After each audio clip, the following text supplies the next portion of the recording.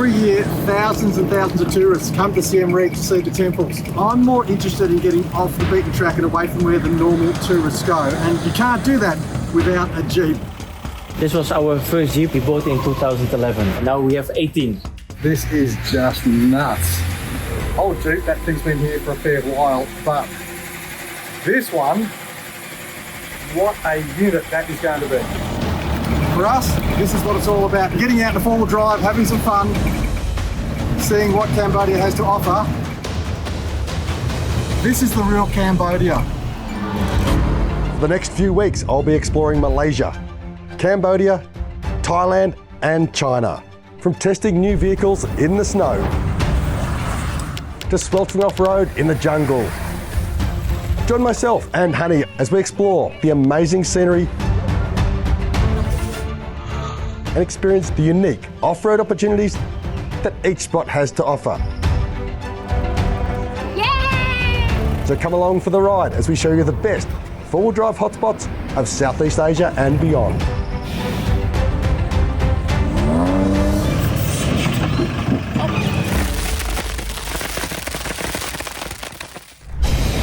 We are kicking off a massive week travelling through Asia. We've landed in Singapore, we're cutting across the border now. We are walking into Malaysia. And guys, there's Malaysia. What an experience. My first time. Your first time? Yeah, it's my first time too. All right guys, we'll see you soon.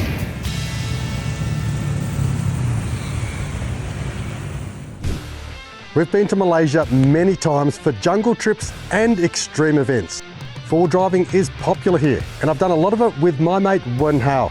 So let's catch up with him and one of my favourite four-wheel drive shops. One of the things I love doing when I come to Malaysia, countries like this across Southeast Asia, is checking out some of my favourite workshops. And they've always got plenty of amazing vehicles to see. So let's go and catch up with Wen Hao and the team at Scorpion Performance Garage. See what they're up to. Some awesome vehicles to see, guys.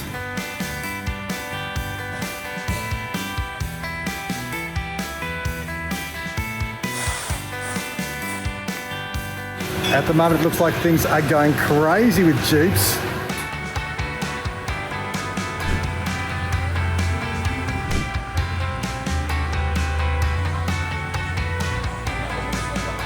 But there is still a good collection of Land Cruisers and, of course, our favourite Suzukis.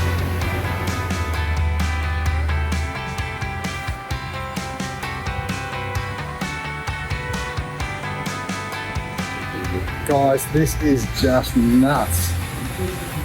Old Jeep, that thing's been here for a fair while, but this one, what a unit that is going to be.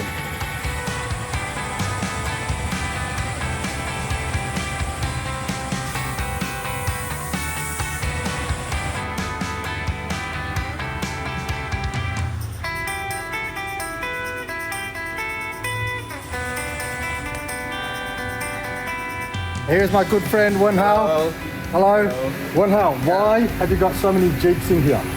I don't know, because I think because of Jeeps got a lot of accessories. So all the customers, they want to build their own vehicles. They don't want to be same with other cars. Why are they building these Jeeps? Are they taking them out to the jungle, or are they just to look good? They're just for parking. And so a big 2025 coming for you. Lots more Jeeps to build. Yes, actually our schedule already full until February. All right, always good to catch up with you, Wen Hao. Thank you. Okay. Well, that's it, guys. If you want something done in Johor that's 4x4 related, get down and see the guys, Wen Hao and the team at Scorpion Performance Garage. They do some amazing builds. We love it.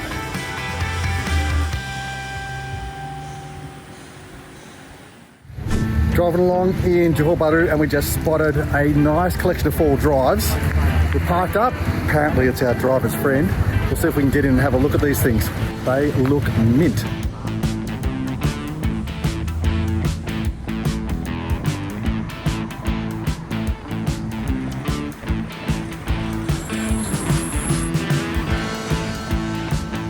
Awesome collection of four-wheel drives, guys. It's amazing what you'll see. Keep your eyes open, but four-wheel driving is alive and kicking here in Malaysia. It's absolutely huge.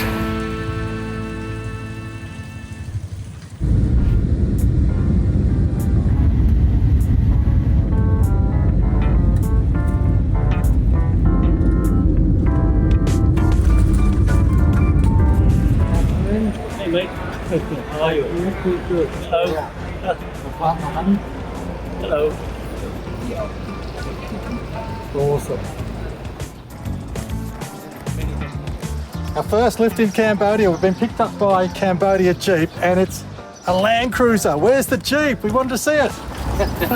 You will see many of them, man. Travelling in luxury today.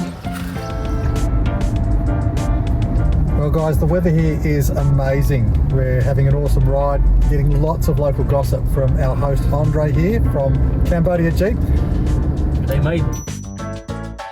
G'day mate. Now guys, I was a little bit disappointed that we weren't picked up in a Jeep, but I reckon if we twist Andre's arm enough, he might take us to the Jeep workshop. What do you reckon? We'll do that for you. My name is Andre. I'm actually from the Netherlands, but living 22 years in Cambodia, and I love to live here. 13, 14 years ago, we started our company, Cambodian Jeep. And Cambodian Jeep is specialized in vintage Jeep tours in and around Cambodia.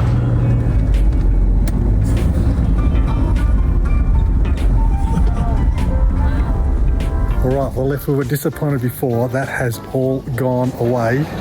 This is Jeep City in every direction. Let's check them out.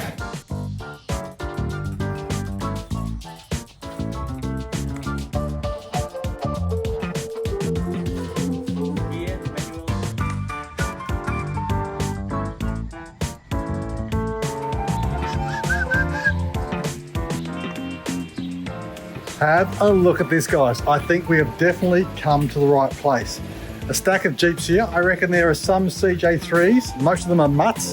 Don't know if there are any Kaisers here, but just awesome to see. Great collection of Jeeps, and we're going to be spending the next few days with these guys on some amazing adventures. We can't wait.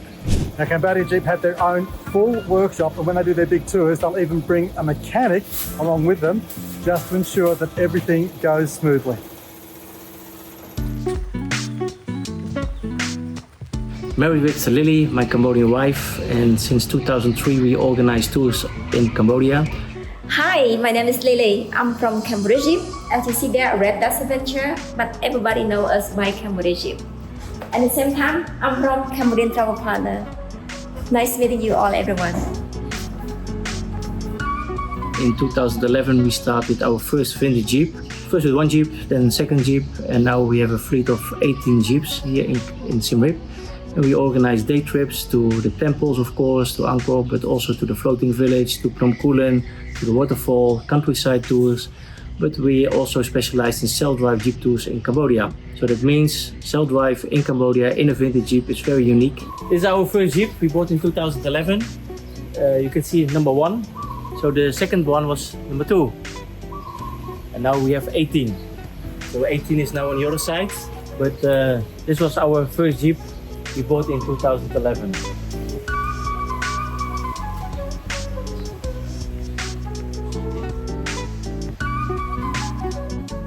As we're talking about the Jeep, actually we cannot use the word Jeep because Jeep is from overland, really overland. But we have also the Ford Jeep, the Kaiser Jeep, and we have even a Mitsubishi Jeep. And then people will say Mitsubishi and Jeep, maybe they copy. No, the Mitsubishi Jeep is actually a real Jeep. Because in the 50s, Willys Overland gave the license to Mitsubishi to produce these Jeeps in Japan. So two of our Jeeps are produced in Japan by Mitsubishi. It's based on the CJ3 chassis, and nowadays we still use it as well.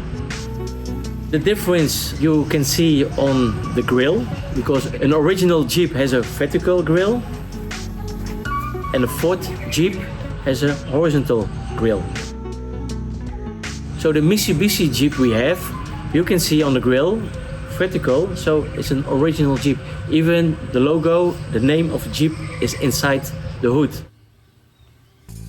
So everyone call it a Jeep, we also call it a Jeep, but actually most of them, they are not a Jeep. A Jeep was designed by Willy Overland. Most people from my generation, they know the Willy Jeep from the Second World War, what we use in Europe, built by the company Willy Overland. But the Jeeps they used later was actually a Ford MUTT 151 Jeep. And MUTT stands for Military Utility Technical Truck. It's built after the 50s. In 58, they start to build this Jeep, and they use here for the Vietnam War. So when Americans left the country after the war, they left the Jeeps here in Cambodia and in Vietnam. In the 90s, the first Cambodian, they start to restore the Jeeps. Well, we got to see the Jeeps. What a fantastic scene that is. They are awesome. But guys, our day is not over because we've got to find somewhere to stay. Let's see where we're going to stay.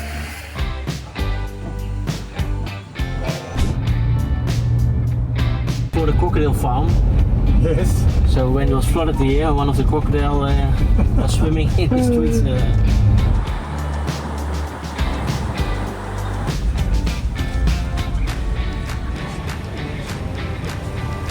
So we arranged a nice hotel for them. We know this general manager, and they offer us a nice room in Prince de Angkor Hotel. Well guys, the Prince de Angkor Hotel and Spa. This place looks amazing. I reckon it'll be a perfect place for us to stay for the next 4 nights.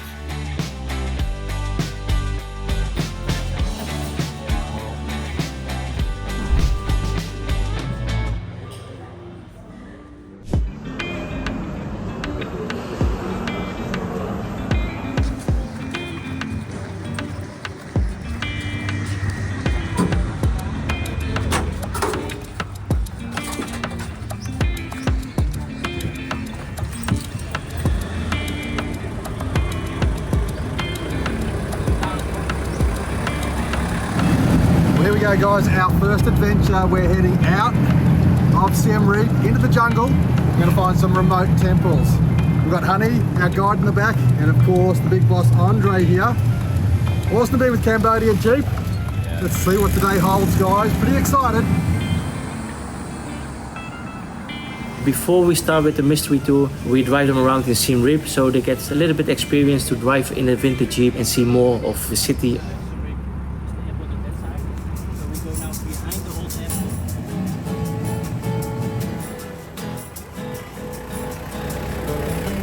We took the Jeep and first we go to West Barai. It's the largest water reservoir next to Angkor.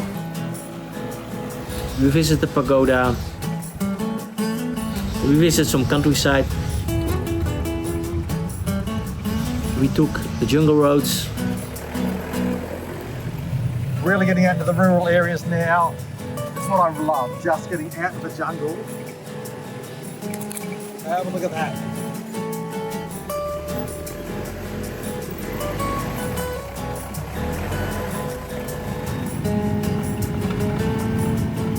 Just up some fairly wild jungle tracks. Like these are just little tiny tracks you wouldn't fit a normal four-wheel drive on. But we're running along the lake now. Have a look at that. And if you look to that side, you can see a temple. West Barai is 8 kilometers long, 2.2 kilometers wide, so it's a huge water reservoir. Man-made, built in Angkor time, but still used these days. Every year, thousands and thousands of tourists come to Siem Reap to see the temples. And I've been here before. It is an absolutely stunning sight. It's a spiritual connection. It's something very, very different, and it's something that I recommend everybody to do. But like always, guys, I'm more interested in getting off the beaten track and away from where the normal tourists go. And you can't do that without a Jeep. And that's why we're with the guys from Cambodia Jeep. And what we're getting to see already today is just stunning. It's spectacular. It's so good to get away from the main city areas. It's good to see those, but it's good to get away from them.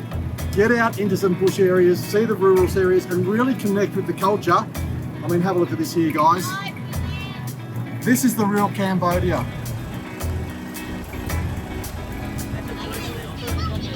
A lovely river here. It's just stunning, stunning area. And getting out in a four-wheel drive, having some fun, seeing what Cambodia has to offer. For us, this is what it's all about. It's just our first day. We've still got a few more days to go.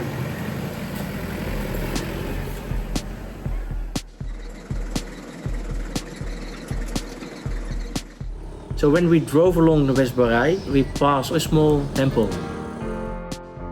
Temple more than 1,000 years old. You can see they add the new brick into the structure. Yeah, but they keep using the old brick as much as they could. So they would like to keep all the remaining bridge pieces in this structure.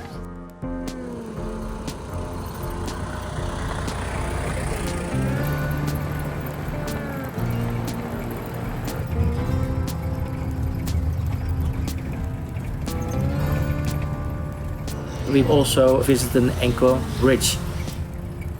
What we call it now Vietnam, Laos, Thailand, the half part of it was the Khmer Empire. And Angkor was the center. This is a bridge that was built in the 12th century. Now, James, I can't remember the name of the king who built it, but who was it? So the king who built this bridge, his name King Jayavarman VII. During his time, he was a great king that could build a lot of temple, bridges, and hospital. So we are local people, Khmer people, so we're really honored to have him as our previous king. And this bridge here, massive structure, this was part of a huge area of highways Exactly, that linked yes. all across this region right up through to Thailand. Exactly, yes. Why were they able to build such big structures?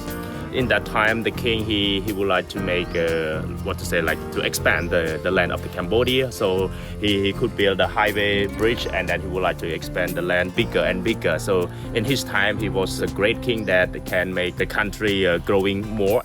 And what sort of rock is this? So this kind of stone we call laterite stone. Some people call it as a lava stone or volcanic stone. We use this kind of stone to build the bridge or the foundation, and then we use the sandstone to make the carving and to put on top. But all the temples that the king built, they were built in different time, different centuries. So from the early stage, so they used brick to build the temple. And after brick, they used kind of the laterite stone as this. And also after that, they used the sandstone. So the developing from time to time, it can change the style of building.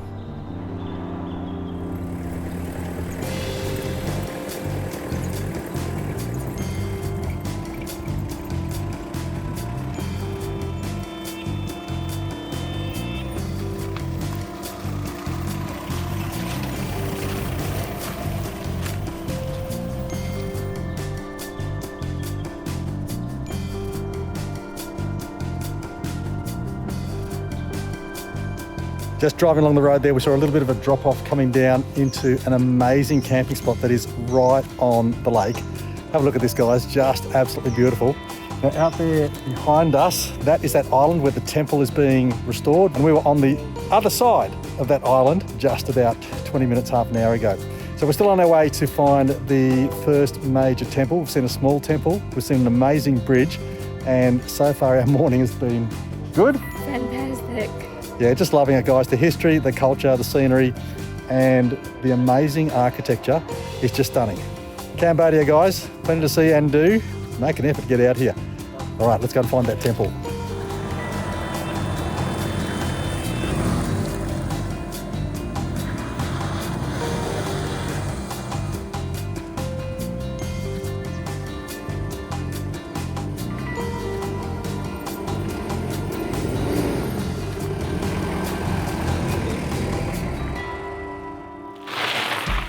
Andre, are you tired of driving yet? Yes, it's hard work, you know, and it was late last night, so I want to relax in the back, have a little nap, and we change the driver. Who are we going to trust with the steering wheel? What do you think? Can I try? Yeah, let's do it. Whoa! I'm ready.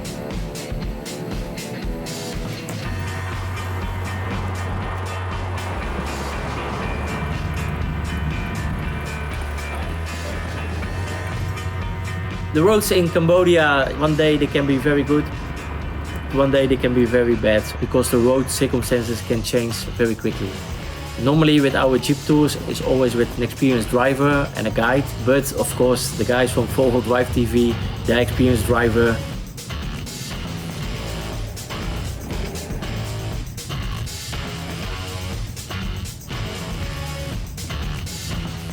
Get to this temple, we are way off the beaten track. Now, this is actually a hidden temple that not many tourists come to, so we're really fortunate to do it. And that's why you've got to partner with locals like Cambodia Jeep, like we have, to find these places to reach them. And when we see it very soon, you'll understand why it's a hidden temple. Just this trail to get in here is not frequently used, and it's an absolute network of tracks in here.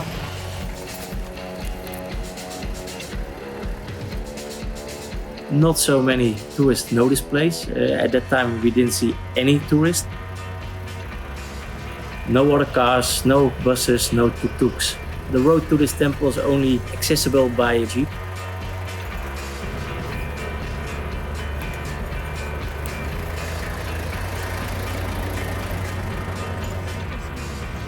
Then in the middle of the forest, you almost bump into a wall. The wall, more than 1,000 years old, is the wall around this temple.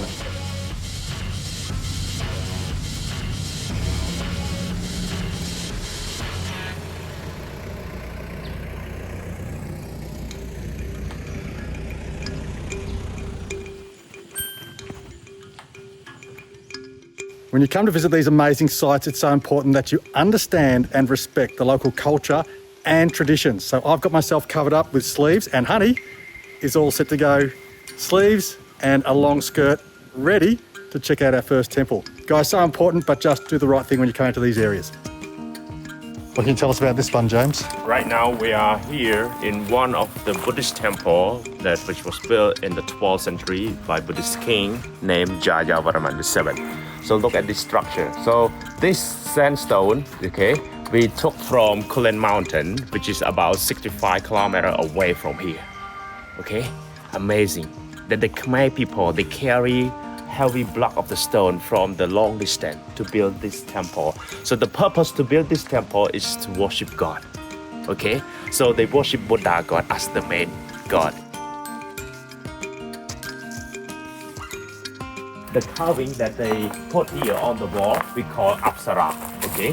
Apsara, the female dancer. And you can see all the style here that they carve on this sandstone, okay? So they put something special to the temple. So what I really want to tell everyone about the Khmer temple, the Khmer temple, it was not home to anybody.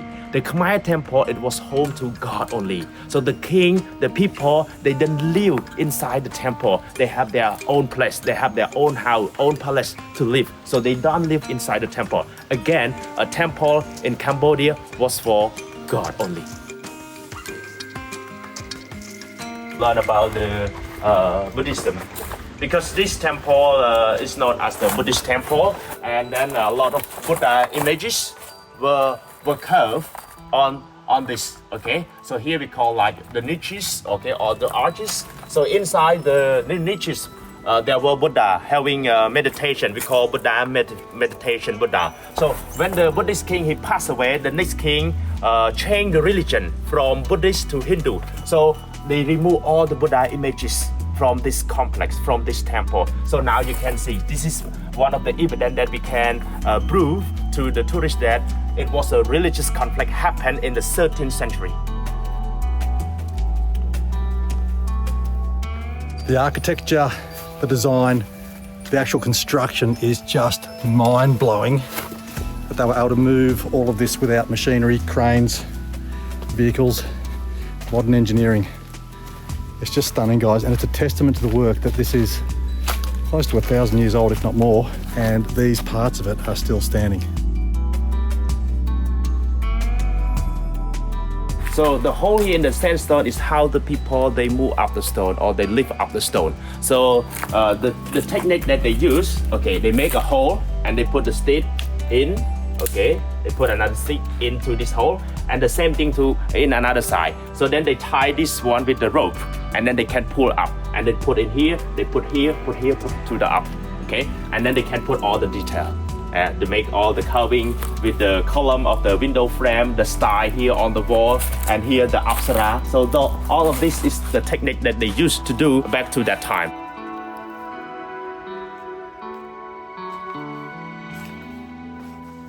If you visit this temple, you will see in the middle tower there is some construction around. The authority thinking that tower can collapse, so they use support to keep the tower together.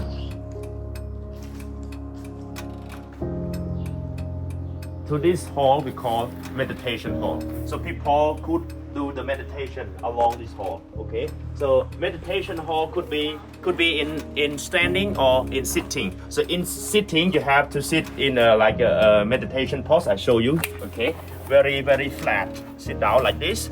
Okay. Your leg like this, and then your hand you have to do like this, and you close your eye. Meditation. Here meditation, the fitting, and this we call praying. This temple is maybe not the largest temple, but it's an impressive temple to visit. Join us next week as we continue exploring, off-roading and discovering more hidden temples in the jungles of Cambodia.